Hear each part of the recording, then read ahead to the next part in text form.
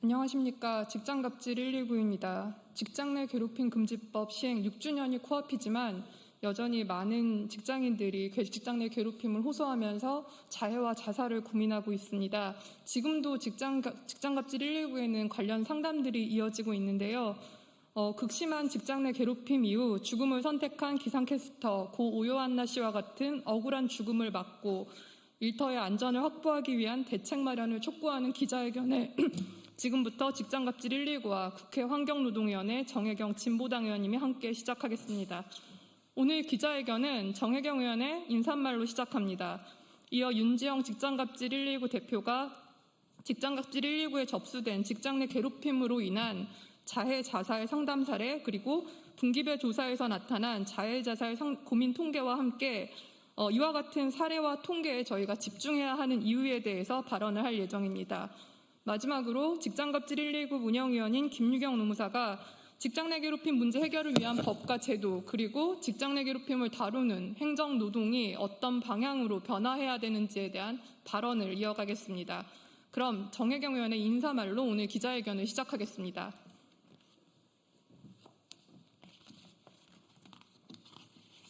네, 진보당 비정규직 노동자 국회의원 정혜경입니다. 얼마 전 MBC 기상캐스터 고 오요한나 님이 스스로의 삶을 포기했습니다. 고인은 직장 내 괴롭힘을 폭로하며 세상을 떠났지만 고용노동부는 고인이 프리랜서라는 이유로 근로기준법상 직장 내 괴롭힘에 적용되지 않는다는 판단을 했습니다. 이것이 직장인 괴롭힘 금지법이 시행된 지 6년이 흐른 오늘날 우리 사회의 어두운 단면입니다. 대부분의 성인들은 직장에서 가장 많은 시간을 보냅니다. 직장은 생계는 물론 사회생활의 근거지이자 삶의 그 자체입니다. 따라서 직장이 괴로우면 인생이 통째로 괴롭습니다. 특히 직장 내 괴롭힘을 당하는 사람들은 대체로 직급이 낮고 약자들입니다. 이들은 일자리라는 생사여탈권에 저당 잡혀 그냥 참는 경우가 부지기수입니다. 당연히 피해가 장기화될수록 우울증, 불면증 등 정신적 고통이 축적되고 급기야 극단적인 선택까지 고민하게 됩니다. 이 악의 고리를 반드시 끊어내야 합니다. 일하는 모든 노동자에게 근로기준법을 전면 적용해야 합니다. 오요한나님과 같이 법의 사각지대에 있는 5인 미만, 특수고용, 플랫폼, 프리랜서 노동자들이 1,000만 명이 넘습니다. 직장 갑질 위협에 가장 크게 노출될 이들을 우리 법이 보호할 수 있어야 정의입니다. 또한 지금의 법은 괴롭힘 발생 시 사용자에게 조사 의무를 부여하고 있습니다. 결과적으로 사용자가 가해자일 경우 셀프 조사를 허용하고 있는 것입니다. 사건이 은폐되거나 피해자가 체념하도록 방치할 수 없습니다. 빠르게 개선해야 할 것입니다. 오늘 직장갑질 119에서 진행한 설문조사가 발표됩니다. 우리 사회 직장 내 괴롭힘의 현 주소를 냉정하게 바라보고 노동자의 존엄이 존중되는 세상으로 나아갈 수 있기를 희망합니다. 저도 노동자 국회의원으로서 직장 내 괴롭힘 근절을 위해서 싸우겠습니다. 이상입니다.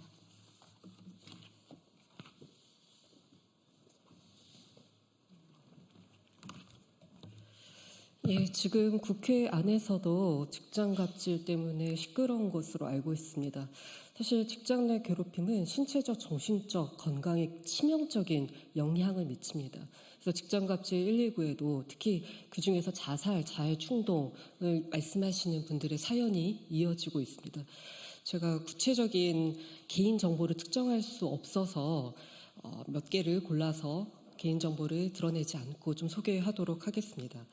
직장 내 괴롭힘 신고 후 2차 가해로 공황 증세, 구토, 두통, 근육통, 발작이 발생했고 결국 극단적 선택을 시도했다는 사연, 죽어서 이 고통과 억울함에서 벗어나고 싶다는 사연, 괴롭힘으로 인해 극심한 우울감과 자존감 저하를 겪고 있으며 정신과 치료를 받으면서도 극단적 선택을 여러 번 고민했다는 사연, 괴롭힘 아니라는 판단에 나 혼자 이상한 사람이었나, 내가 틀리고 잘못한 것이었나 그런 생각 때문에 하루하루가 고통스럽고 죽음으로 이 모든 것을 끝내고 싶다는 사연.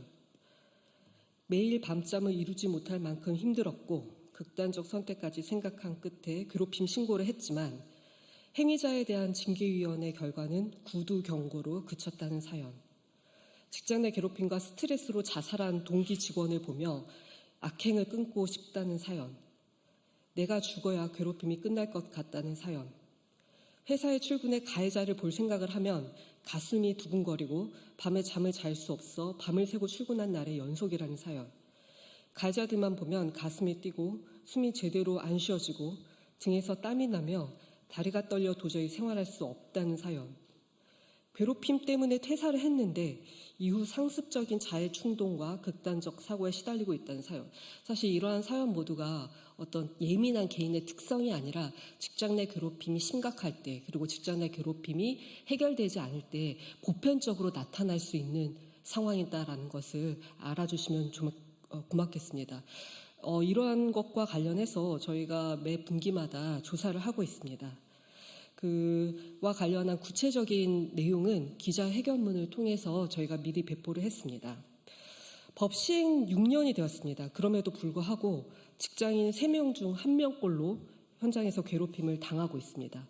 그중 18%가 자살, 자해 충동에 휩싸입니다. 이 수치는 사실 굉장히 이상한 수치가 아니라 사실 매 분기 때마다 약간의 차이는 있지만 좀 보편적으로 나타나고 있는 수치라고 보시면 될 것 같습니다. 그러니까 괴롭힘 당하고 있는 사람의 5명 중 1명꼴로 자해, 자살 충동을 느끼고 있다는 것입니다.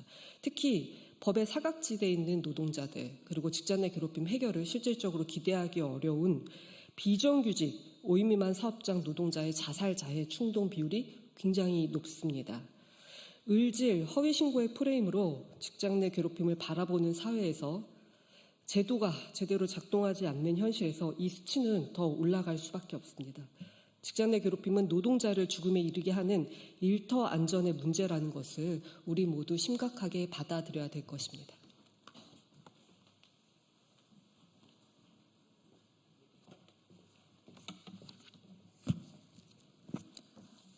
방금 설명해 드린 것처럼 직장 내 괴롭힘으로 인해서 극단적 선택에 이를 정도의 노동자들이 굉장히 많은데요. 이들이 처한 상황이 대부분 유사합니다.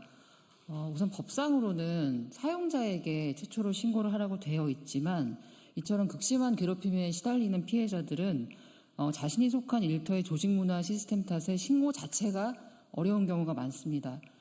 그래서 많은 피해자들이 애초부터 노동청에 진정을 제기하거나 사내에 신고를 했지만 이후에 2차 피해 등을 당하다가 노동청을 찾게 되는 경우가 상당히 많습니다. 그런데 직장감시 119에 제보된 다수 사례에서 피해자들은 노동청에 진정을 제기한 이후에 더 괴로웠다, 고통스러웠다라고 호소하고 있습니다.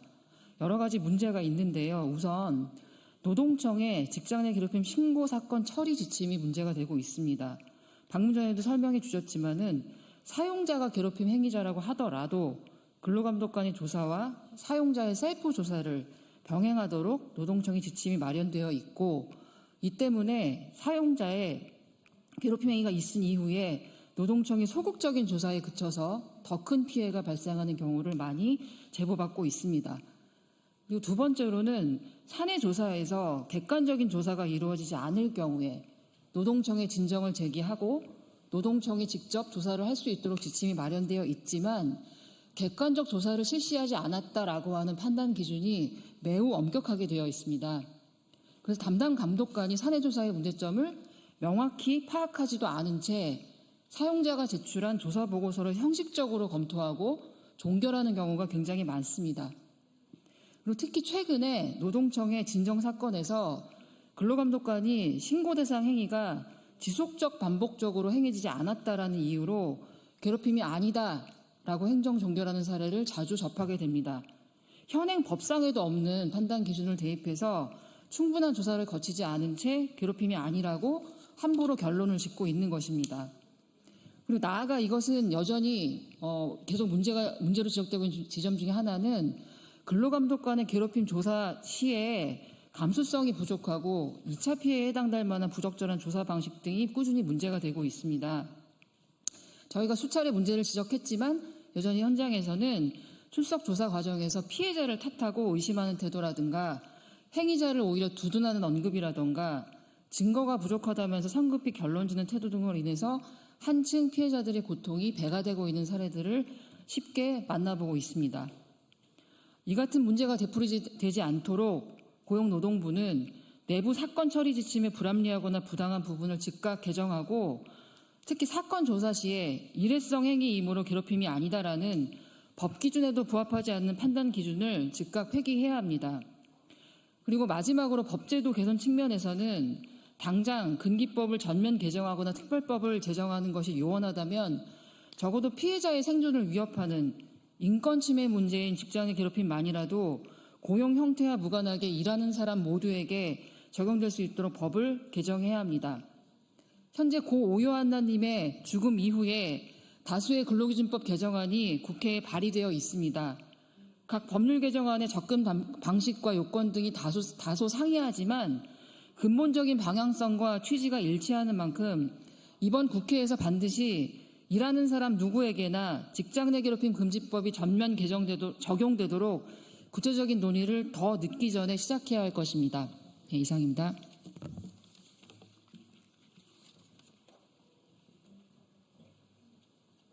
네, 오늘 기자회견을 마치기 전 안내 하나 드리겠습니다. 내일 오전 10시 방송을 만드는 사람들의 이름 엔딩 크레딧 주최로 국회의원회관 제3간담회의실에서 방송 노동자와 직장 내 괴롭힘, 오요한나법의 조건은 무엇인가를 주제로 토론회를 개최합니다. 이 토론회에서는 방송 현장의 직장 내 괴롭힘 실태와 현재 발의된 오요한나법에 대한 전문가들의 분석이 있을 예정입니다. 많은 관심 부탁드립니다. 감사합니다.